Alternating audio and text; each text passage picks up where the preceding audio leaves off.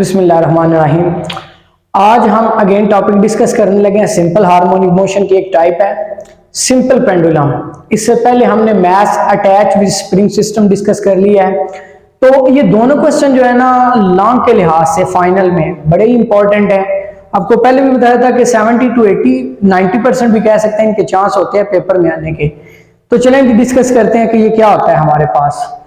सबसे पहले अगर ये टॉपिक आता है या मास अटैच विद स्प्रिंग सिस्टम आता है तो दोनों को लिखने का तरीका क्या होता है। लिखने का तरीका ये होता है कि सबसे पहले आपने सिंपल हार्मोनिक मोशन SHM यानी शॉर्ट फॉर्म में उसकी डेफिनेशन लिखनी होती है। सेम जो उसमें थी ना डेफिनेशन, सेम ये वही डेफिनेशन है। यानी it is to and fro oscillatory motion, यानी to and fro back and forth भी कह सकते हैं, यानी आगे और पीछे। ऑसिलेटरी मोशन यानी गर्दिश करती है, इन विच जिसके अंदर एक्सेलरेशन ऑफ द बॉडी यानी किसी भी जिस्म का जो एक्सेलरेशन होता है directly proportional to the displacement, यानी डायरेक्ट रिलेशन होता है उसका फासले के ऑफ बॉडी उस जिस्म के फ्रॉम मीन पोजीशन। अब बात वही मीन पोजीशन यानी वस्ती पोजीशन की है।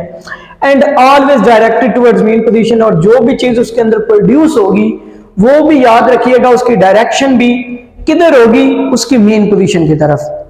अब देखते हैं कि हमने इसको डिस्कस करना है। तो क्या होती है सिंपल पेंडुलम। सबसे पहले हम इसकी ऐसी समझ लें कि कंस्ट्रक्शन से स्टार्ट करते हैं। कंस्ट्रक्शन यानी किस चीज के ऊपर हमारे पास ये मुश्तमिल होता है।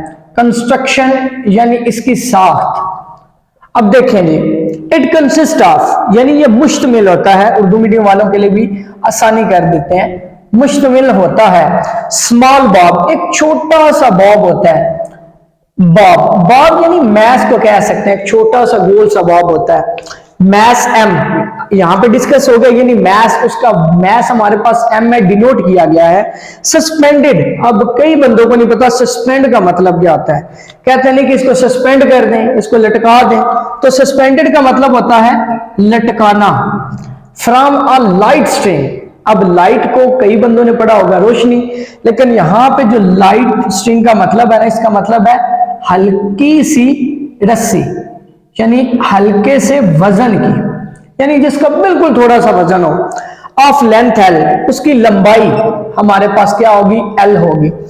Fixed at its upper and, अब बात यहां पे ध्यान से फिक्स्ड है। फिक्स का मतलब क्या है, यानी एक जगह पे हमने उसे अटैच कर दिया, फिक्स कर दिया, अपर एंड यानी ऊपर वाले किनारे पे अटैच कर दिया है। अब हम जब डायग्राम को देखें ना वहां से सारी की सारी चीजें हमें नजर आ जाएंगी। अब देखें ये हमारे पास है, लेकिन ये हमारे पास टोटल डायग्राम है इसकी, लेकिन ये डायग्राम डिस्कस करने से पहले हम इसकी एक शॉर्ट फॉर्म वाली डायग्राम है उसको भी डिस्कस करेंगे। अब देखें जी यहाँ पे ये स्ट्रिंग है, रस्सी है, लटकाया हुआ है मैस।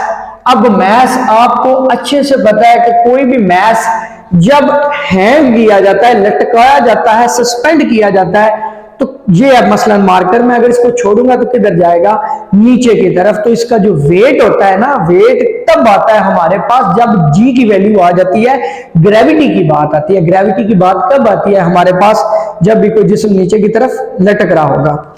तो W = mg क्यों आया, क्योंकि उसका वेट अगर देखें ना लेफ्ट साइड पे जा रहा है ना राइट साइड पे जा रहा है, उसका वेट अगर देखें तो नीचे की तरफ हरकत कर रहा है। तो उसका जो वजन होगा एक तो वो कहां पे होगा, मीन पोजीशन पे, और हरकत किधर कर रहा है, नीचे की तरफ। ये है, लेकिन उससे पहले ना ये वाली डायग्राम थोड़ी सी ना डिस्कस करते हैं कि इसके ऊपर कौन कौन से फैक्टर हैं जो अमल कर रहे हैं और उसकी क्या रीजन है। अब देखें जी, ये मैंने वो वेट लटका दिया, उसका वजन किधर जा रहा है, नीचे की तरफ। आपको अच्छे से पता है कि आपने वो पुलिस वाला टॉपिक थे चैप्टर नंबर 3 के अंदर 9th क्लास में आपने पढ़ा था कि जब भी कोई वेट डाउनवर्ड अमल कर रहा होता है तो उसके अंदर एक फोर्स नमूदार हो जाती है। जिस तरह न्यूटन का लॉ था ना कि action and reaction are equal but opposite in direction, यानी वेट अगर नीचे की तरफ हरकत कर रहा है तो उसके बदले में वो तो है उसका एक्शन, लेकिन एक रिएक्शन भी प्रोड्यूस होगा। अब रिएक्शन किधर प्रोड्यूस हो रहा है, देखें रिएक्शन प्रोड्यूस हो रहा है ऊपर की तरफ, क्योंकि वेट किधर जा रहा है, नीचे की तरफ, वर्टिकली डाउनवर्ड। अब वर्टिकली डाउनवर्ड का मतलब क्या होता है, ये भी सीख लें। इसका मतलब होता है अमूदी, यानी बिल्कुल 90 के एंगल पे सीधे की तरफ जा रहा होता है। अब देखें टेंशन ये प्रोड्यूस होगी जी। किसकी वजह से प्रोड्यूस हुई है? As a reaction. किसका रिएक्शन था जी? हमारे पास ये रिएक्शन आया जी हमारे पास इस वेट का। वेट नीचे की तरफ गया है, इसके बदले में रिएक्शन प्रोड्यूस हुआ है टेंशन की नजदीकी टेंशन की वजह से, और ये बिल्कुल स्ट्रिंग। अब देखें ना, वजन हमने उस रस्सी का लिया हल्का सा। अब घर में देख ले कोई धागा हल्का सा लेगा, आप उसे ऐसे लटकाएं, उसके अंदर बिल्कुल ऐसे बिल्कुल सीधा नहीं होगा, कभी इधर उड़ेगा कभी इधर उड़ेगा। लेकिन जब भी कोई आप उसके साथ मैश अटैच कर देंगे ना, तो ऑटोमेटिकली वो बिल्कुल अकड़ जाएगा, सीधा हो जाएगा। वो क्या वजह होती है, वो क्या रीजन होती है? वो ये टेंशन की फोर्स ही होती है जो उसको बिल्कुल स्ट्रेट कर देती है। अब यहां से आपको नजर आ गया कि वेट अगर नीचे की तरफ जा रहा है तो टेंशन ऊपर की तरफ, तो ये दोनों एक दूसरे को क्या कर देते हैं? खत्म कर देते हैं। अब यहां पे एक बात हुई है नेट फोर्स, कि इसके ऊपर जब रेस्ट की हालत में कितनी नेट फोर्स अमल कर रही है। होता है ना कि कुछ खड़े होते हैं तो उनके ऊपर कोई ना कोई फोर्स अमल कर रही होती है। तो नेट फोर्स 0। क्यों 0 आई जी? वजह ये जी था वेट, ठीक है ना, वेट। जितना वजन उस मास का था, उतनी ही इसके अंदर क्या प्रोड्यूस हो गई? टेंशन। टेंशन की फोर्स इसके अंदर इतनी ही प्रोड्यूस हो गई, यानी पैदा हो गई। तो इन दोनों ने क्या किया? एक दूसरे को खत्म कर दिया, जायल कर दिया, खत्म कर दिया, जिसकी वजह से टेंशन नेट फोर्स जो रह गई थी वो क्या रह गई थी? 0। उम्मीद है आपको ये चीज समझ आ गई होगी, क्योंकि वेट और टेंशन, जितना वेट है जितना अमल है उतनी रद्द अमल है। तो वेट जितना था उतनी टेंशन की फोर्स पैदा हुई, तो दोनों ने खत्म किया तो 0 हो गया। अब बात आती है कि जिस तरह हमने मैस अटैच स्प्रिंग सिस्टम के अंदर पढ़ा था कि कोई तो है ना चीज फिर जो वर्क करेगी, तो क्या चीज वर्क करेगी जरा उसको देखते हैं। अब देखें यहां पे ये मौजूद है जी रेस्ट की हालत में। अब मैं क्या करता हूं, इसको पकड़ के ना, यहां से पकड़ के मैं इसको पकड़ के यहां से लेके आता हूं इधर। अब जब मैं इसको यहां से लेके यहां तक लेके आया ना, तो ऑटोमेटिकली आपको अच्छे से पता है कि जब भी फोर्स लगाई जाती है ना इस तरह किसी भी हैंग या लटके हुए मैस के ऊपर, तो उसके ऊपर फोर्स के 2 कंपोनेंट्स प्रोड्यूस होते हैं। चैप्टर नंबर 4 9th क्लास के अंदर आपने ये चीजें पढ़ी थी कि फोर्स के 2 कंपोनेंट होते हैं, एक होता है एक्स कंपोनेंट और एक वाई कंपोनेंट। एक को साइन थीटा का नाम दिया जाता है और एक को कॉस थीटा का नाम दिया जाता है। अब 2 कंपोनेंट यहां पे प्रोड्यूस हो रहे हैं, कॉस थीटा और साइन थीटा। अब कैसे हमें पता चला कि कॉस थीटा ये है और कैसे पता चला साइन थीटा है, उसको भी देखते हैं। mg का मतलब क्या है? मैस। यहां पे भी ये क्यों है ये भी देखते हैं। अब देखें जी, यहां से साइन थीटा तो वर्टिकली चलेंगे, साइन थीटा यहां पे लग गया। अब मुझे कैसे इल्हाम होगा कि ये थीटा अगर मैंने यहां पे लगाया है तो क्यों लगाया, उसकी वजह क्या है? उसकी वजह बताता हूं मैं। उसकी वजह यह है कि जब भी थीटा आएगा ना यहां पे इसके दरमियान आएगा, उसकी रीजन है क्योंकि हमारे पास थीटा हमेशा वितर यानी हाइपोटेनियस और दूसरा बेस के दरमियान आता है, यानी कायदा और वितर के दरमियान में थीटा आता है, याद रखना है आपने। अब देखें थीटा है हमारे पास, तो पहली चीज हमारे पास क्या चीज आ गई जी? ये हमारा वितर हो गया, ये हमारा कायदा हो गया, यानी बेस होगी, हाइपोटेनियस और बेस। mg साइन थीटा को इस लिहाज से, अब ये नहीं कंफ्यूजन कि यहाँ पे जी mg साइन, ये साइन थीटा इधर है, वहां पे थोड़ी आप इस डायग्राम को इसके साथ कंपैरिजन करना शुरू कर दें, कोई मसला नहीं, आप mg साइन थीटा की प्लेस चेंज भी कर सकते हैं। लेकिन जो ऑथेंटिक अकॉर्डिंग टू बुक है, मैं उस लिहाज से आपको बता रहा हूं कि mg साइन थीटा यहां पे रहेगा, कॉस थीटा यहां पे, और थीटा किसके दरमियान में? 2 चीजों के दरमियान में आता है। कौन कौन सी चीजों के दरमियान आता है? थीटा हमारे पास आता है जी कायदा, बेस और हाइपोटेनियस यानी वितर के दरमियान, इसलिए मैंने थीटा कर दिया। अब बात एक और आई। अब बात क्या आई कि हमने पढ़ा हुआ था कि टेंशन जो है वो खत्म कर देती है कंपोनेंट को, वेट के कंपोनेंट के। यहां पे अभी हमने 2 मिनट पहले पढ़ा है, लेकिन यहां पे जो नई चीज हमारे पास प्रोड्यूस हुई वो कुछ ये हो गई थी कि हमने जब इसको देखा है ना, तो इसके अंदर एक कंपोनेंट नहीं, इसके अंदर 2 कंपोनेंट प्रोड्यूस हुए हैं। और कौन से कंपोनेंट हुए हैं? mg cos थीटा और mg sin थीटा, यानी 2 कंपोनेंट प्रोड्यूस हो गए हैं। अब देखें टेंशन जो थी ना, अगर हम उसको गौर करें तो उसके साथ जो कंपोनेंट अमल कर रहा है वो mg cos थीटा है। तो mg cos थीटा क्या करेगा? टेंशन को खत्म कर देगा। लेकिन सारे का सारा मैस या वेट खत्म नहीं हुआ, एक कंपोनेंट स्टिल अभी मौजूद है, कौन सा?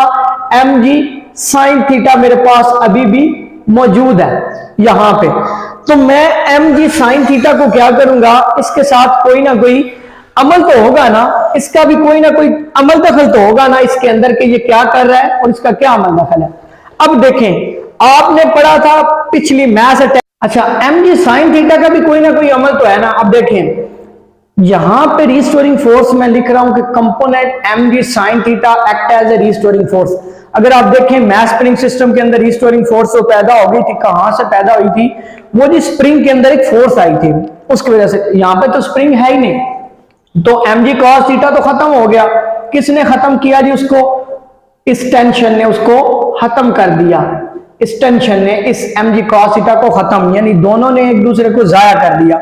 लेकिन ये जो mg sin थीटा बचा ना हमारे पास, इस mg sin थीटा ने मूव किया इसको इसकी तरफ। कब किया? जब हम पहले इसको ले गए थे यहां पे, तो इसने हरकत करना शुरू कर दी। तो याद रखना है कि जब आपने हेडिंग लिखनी है रिस्टोरिंग फोर्स की, तो ये नहीं लिख देना कि इसके अंदर खुद ब खुद प्रोड्यूस हुई है, तो आपने ये स्पेशली लिखना है कि कंपोनेंट mg sin थीटा, यानी उसके दो कंपोनेंट थे। एक कंपोनेंट कौन सा था? fx वाला, और एक कंपोनेंट था fy वाला। तो ये कंपोनेंट जो है ना आपके पास fy वाला mg sin थीटा, इसने एज अ रिस्टोरिंग फोर्स काम किया यहां पे। इसने भी हरकत देना इसको शुरू कर दी। देखें अब यहां पे दो चीजें हमने और डिस्कस करनी है, वो कौन सी हैं? सबसे पहले हम बताएंगे जी इसकी वेलोसिटी के बारे में, कि वेलोसिटी कहां पे मैक्सिमम होती है और कहां पे मिनिमम होती है, या उसका क्या अमल दखल है। अब देखें जी, यहां पे वेलोसिटी उसकी क्या थी? 0, जब रेस्ट की हालत में था। मैं लिख देता हूं रेस्ट की हालत, यानी साकन हालत में था। लेकिन जब मैं इसको उठा के यहां पे लेके गया हूं, मैंने इसको छोड़ा है, मैंने छोड़ दिया है, फोर्स लगी है। कौन सा कंपोनेंट की? यहां पे cos थीटा तो खत्म हो गया था, mg sin थीटा ने इसको हरकत दिलवाई। तो देखें एट ओ पोजीशन, ओ ए के ऊपर, सॉरी ए पोजीशन के ऊपर उसकी जो वेलोसिटी थी वो क्या थी? वो मिनिमम, यानी 0 कह लें। क्यों? पोजीशन ओ के ऊपर v क्या था? मिनिमम, यानी 0, क्योंकि वो यहां पे रुका हुआ था। अब हम डिस्कस करेंगे कि मैक्सिमम कहां पे होती है। अब अगर आप उसको गौर करेंगे, यानी ज्यादा से ज्यादा कहां पे थी, तो गौर करें, हाँ खुद ऑब्जर्व करेंगे। एक चीज है यहां से छोड़ी है, यहां भागती हुई आई है, यहां पे रुकी है, फिर यहां पे गई है। तो जब वो अपनी वस्ती पोजीशन पे पहुंचेगी, वस्ती पोजीशन पे आप गौर करें उस चीज को जरा, तो वहां पे वो ज्यादा होगी। और जब भी अपनी एक्सट्रीम पोजीशन, इसको मेन पोजीशन भी लिख लें और वस्ती पोजीशन भी उर्दू वालों के लिए भी, एक्सट्रीम पोजीशन यानी इंतहाई मकाम जो उसके हैं, वहां पे जब वो पहुंचेगी वहां पे हो जाएगी जी मिनिमम, यानी कम से कम। क्यों? उसकी रीजन क्या है? क्योंकि वो यहां पे तो वो भागती हुई जा रही है, लेकिन एट द एंड वो यहां पे जाके रुक जाती है। क्यों रुकती है? mg sin थीटा उसे रोक देता है, आगे से रिस्टोरिंग फोर्स प्रोड्यूस होती है, वो उसको रोक देती है। और यहां पे क्यों नहीं रुकती? उसकी बड़ी वजह क्या है? उसकी सबसे बड़ी वजह है इनर्शिया। क्या आता है इनर्शिया? इनर्शिया का कानून है कि inertia is a property due to which it resist any change in its state of rest और मोशन। यानी इनर्शिया, अगर रेस्ट की हालत में कोई जिस्म है तो वो रेस्ट की हालत में रहेगा, अगर मोशन की हालत में तो मोशन की हालत में रहेगा, जब तक कि उसे आगे से कोई मजामत बर्दाश्त करनी नहीं पड़ेगी। यहां पे अगर रिस्टोरिंग फोर्स है, उसने मजामत की, तो यहां पे आकर आहिस्ता आहिस्ता वो रुका, दोबारा वापस गया इस mg sin थीटा की वजह से। यहां पे जाकर दोबारा उसकी स्पीड तेज हुई, यहां पे जाकर दोबारा रुक गया। वेलोसिटी की बात क्लियर होगी। अब आपको इस तरह का भी पता है कि जब भी वेलोसिटी की चेंजिंग आती है तो एक चीज प्रोड्यूस होती है, उस चीज को क्या नाम दिया जाता है? उसको नेम दिया जाता है एक्सेलरेशन का। एक्सेलरेशन यानी एक्सेलरेशन हमारे पास क्या आता है? Rate of change of velocity, यानी वेलोसिटी में तब्दीली की शरह को एक्सेलरेशन कहते हैं। क्यों? ये एक्सेलरेशन पैदा होने की वजह क्या थी? अब देखें जी, यहां पे वेलोसिटी थी 0 और यहां पे आके होगी मैक्सिमम। तो अब देखिए वेलोसिटी तो इंक्रीज हुई ना, जब भी वेलोसिटी चेंज हुई with the passage of time तो एक्सेलरेशन ऑटोमेटिकली प्रोड्यूस हो गया। और सिंपल हार्मोनिक मोशन की सबसे बड़ी जो हमारे पास एक कंडीशन होती है वो यही होती है कि एक्सेलरेशन जो प्रोड्यूस होता है ना, उसकी आप हमें डायरेक्शन बताएं कि क्या वो मेन पोजीशन की तरफ है या नहीं है। तो अभी मैं वो यहां पे आपको वो भी चीजें सारी क्लियर करके देता हूं कि वो कैसे इधर जाता है और क्यों जाता है। आपको जिस चीज का पता है कि एक्सेलरेशन हमेशा उस साइड पे प्रोड्यूस होता है जिस साइड पे वेलोसिटी जा रही होती है। तो जरा गौर से देखें, पहली साइड अब मैं प्रूव करने लगा हूं कि acceleration is always directed towards mean position. उसकी रीजन क्या है? यहां पे वेलोसिटी थी आपकी जीरो, अब यहां से वो हरकत करती हुई इधर आई स्पीड के साथ, वेलोसिटी चेंज हो गई, ज्यादा वेलोसिटी। तो वेलोसिटी जब तब्दील हुई, एक्सेलरेशन प्रोड्यूस हुआ, और एक्सेलरेशन हमेशा किस साइड पे होता है? जिस साइड पे आपकी वेलोसिटी जा रही है। तो एक्सेलरेशन जो ए है वो भी इसी साइड में अमल कर रहा है। सेम इसी तरह यहां से हरकत करते करते जब बॉडी यहां पे तो ज्यादा स्पीड के साथ आगे जा रही थी, लेकिन यहां पे जाके क्या हुई है? रुकी है, आगे से रिस्टोरिंग फोर्स ने रोका उसे, तो वेलोसिटी दोबारा यहां पे जाके रुक गई, v इज इक्वल टू 0 आ गया। लेकिन दोबारा जब वापसी की तरफ गई तो v मैक्सिमम हो गया, और जब भी वेलोसिटी 0 से आगे जाती है तो चेंज हो रही होती है। और एक्सेलरेशन किस साइड पे जाता है? उम्मीद है आपको अब याद होगा कि एक्सेलरेशन हमेशा उसी तरफ होता है जिस साइड पे वेलोसिटी इंक्रीज कर रही होती है। तो वेलोसिटी अभी इंक्रीज की है इस साइड पे, जब यहां से आके छोड़ा है, तो वेलोसिटी एक्सेलरेशन चेंज हुआ तो इस साइड पे उसकी, यानी डायरेक्टेड टुवर्ड्स मीन पोजीशन, यानी उसकी जो हरकत है वो किस साइड पे है? मीन पोजीशन की तरफ है। यहां पे आपको एक्सेलरेशन भी क्लियर हो गया कि किस साइड पे चल रहा था, वेलोसिटी का भी पता चल गया कि मिनिमम कहां पे है, मैक्सिमम कहां पे है। सबसे एंड पे हम इसका लिखेंगे जी टाइम पीरियड फार्मूला, यानी क्या होता है हमारे पास, इसको डिनोट किया जाता है जी t is equal to 2 pi under root L by g. अब L क्या है? ये होती है जी लेंथ किस चीज की लंबाई? वो जी स्ट्रिंग नहीं आपने ली थी, रस्सी, उसकी लंबाई है हमारे पास जी। जब वो जी आता है तब आपके माइंड में उसी वक्त एक बात आ जानी चाहिए, जी का मतलब क्या आता है? ग्रेविटी, यानी ग्रेविटी की बात हुई है। ग्रेविटी किस चीज को कहते हैं कि जब भी कोई वजन जो होता है या वेट होता है नीचे की तरफ उसको एक्टिंग वर्टिकली डाउनवर्ड फोर्स लगाती है, तो उसको जी का नाम दिया जाता है। जी कांस्टेंट है, एल की वैल्यू आप अपनी मर्जी से बढ़ा सकते हैं, कोई इशू नहीं।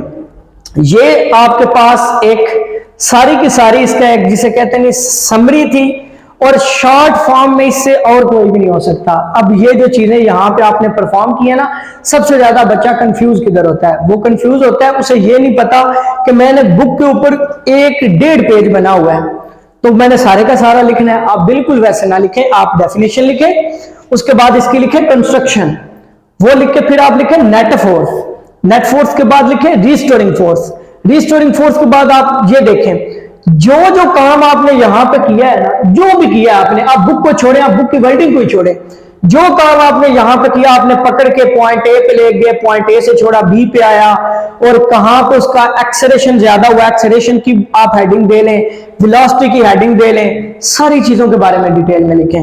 यह भी लिखें कि टेंशन ने खत्म किया था उसके वेट के कंपोनेंट को, कंपोनेंट थे 2, mg cos थीटा टेंशन से खत्म हुआ, mg sin थीटा ने उसको आगे पीछे हरकत करवाई एज अ रिस्टोरिंग फोर्स, और एट द एंड आप टाइम पीरियड लिख रहे हैं। उम्मीद है आपको बच्चों समझ आ गई होगी। फिर भी अगर आपको लगता है कि कोई कमी बेशी है तो आप कमेंट बॉक्स में ये सारी चीजें हमें बता सकते हैं। जज़ाकल्लाह।